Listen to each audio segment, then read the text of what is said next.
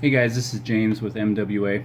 What I want to show you tonight is a little tutorial on something that I like to do during the wintertime to keep us musky nuts engaged, and also to kind of give you a little bit of a competitive advantage because you're able to make some custom baits and then obviously save you some money. So I'm going to do a little quick tutorial on how to build a bucktail.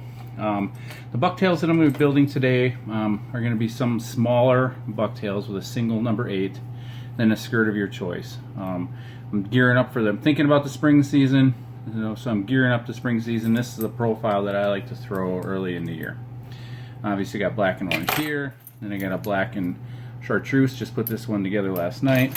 And today I'm going to be putting together a black on black springtime, spring size bucktail. Making bucktails is probably the simplest bait to make. Obviously you can get as extravagant as you want or as simple as you want.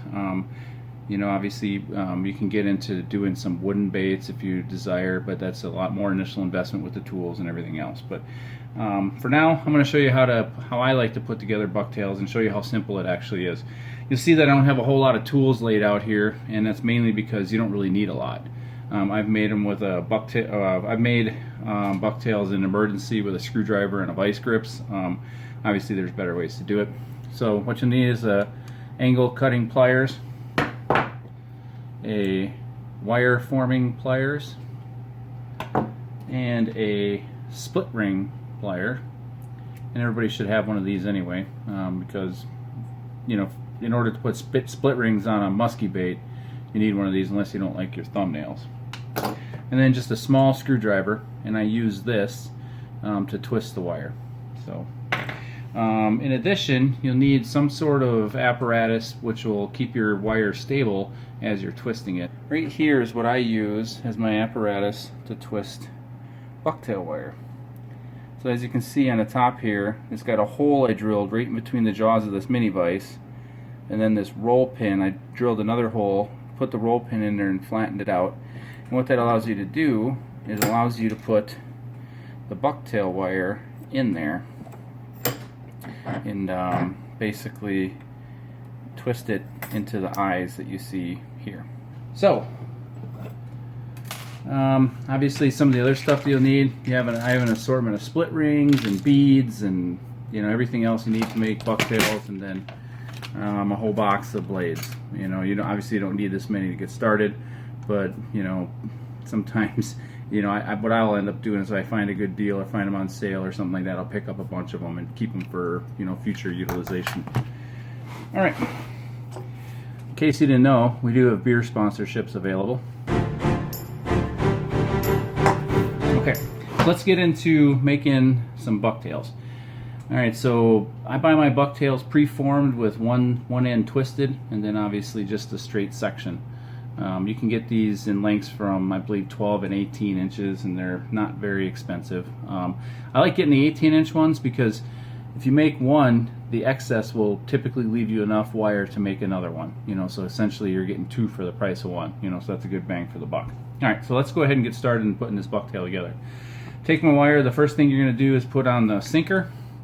This is just a 3/8 ounce lead bell type sinker. It'll go on the bottom.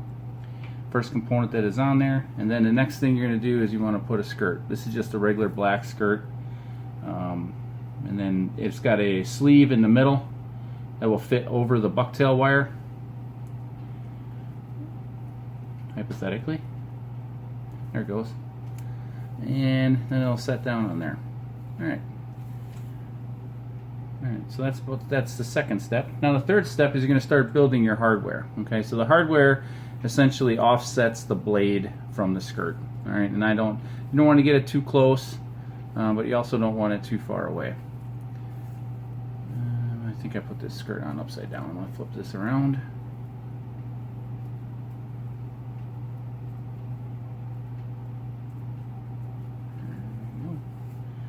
Alright.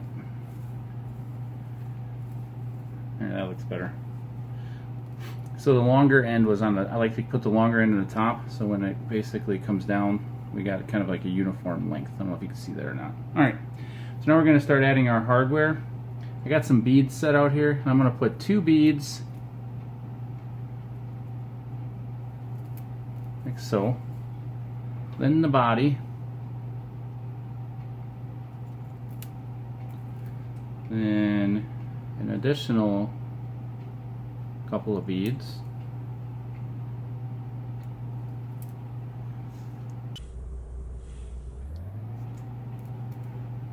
and then we need our clevis, which holds the blade. Put the bottom end of the clevis through the hole, and then you feed your blade through the clevis, put it back on. It goes like so. My goal here is to keep the blade, have enough beads and body in there to keep the blade away from the skirt and keeps it from tangling up and potentially chopping it off too. So, and then lastly, I like to put a very small bead on the top. So there we go. Alright, so this bait is essentially the way I want it. Now all I need to do is tie the top eyelet, or line tie that you need to put on there, with my wire forming pliers. So this is where these white wire forming pliers come into play. Now remember when I showed you the vise there, I need about an inch in between the top bead and where I want to start my wire tie. So that looks like about an inch there. Then I'll just basically flip this over, twist it all the way around, and then I'm going to go past 90. So there's about 90 degrees. I'm going to go well past it, and the reason for that is, see how it's now, it's about a, I don't know, probably like a 135 degree angle.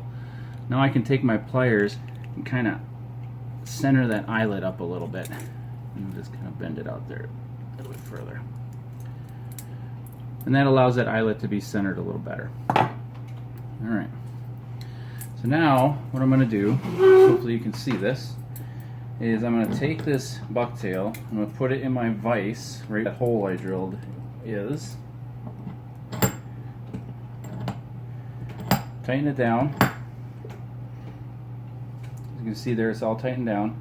Then I'm going to take this small screwdriver and put it through the eyelet, and now this is where that wire, where the wire catches underneath that mushroomed over roll pin, and now I just turn the eyelet 2 or 3 times. Don't really need any more than that. I'll show you what this looks like up close. As you can see how that kind of fits in there underneath the eyelet, and then allow me to turn. Now I can take it out of the vise. It's basically pretty much secure. Now the bucktail is all cinched in, won't fall apart, essentially pretty much put together. Take my angle cutters, wire cutters here. I'll clip off this extra end.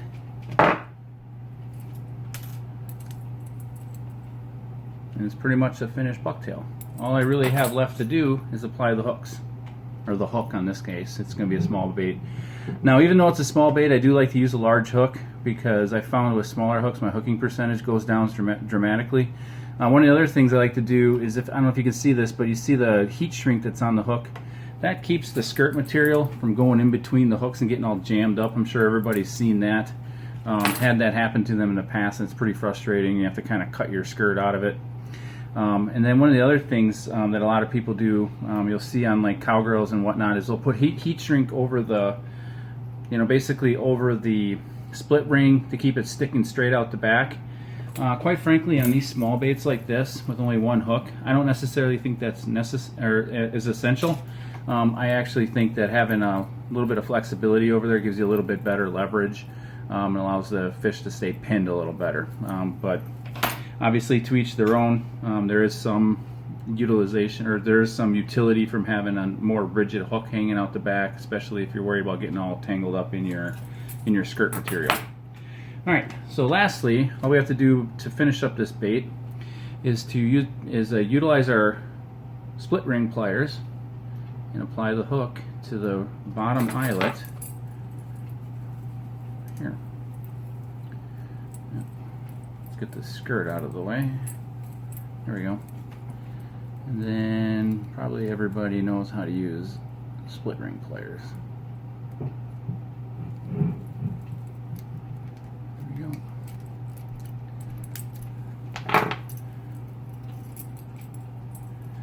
And just like that, I have what I think is going to be a very good spring bait. And overall, this would probably cost about $5 to make, maybe $6.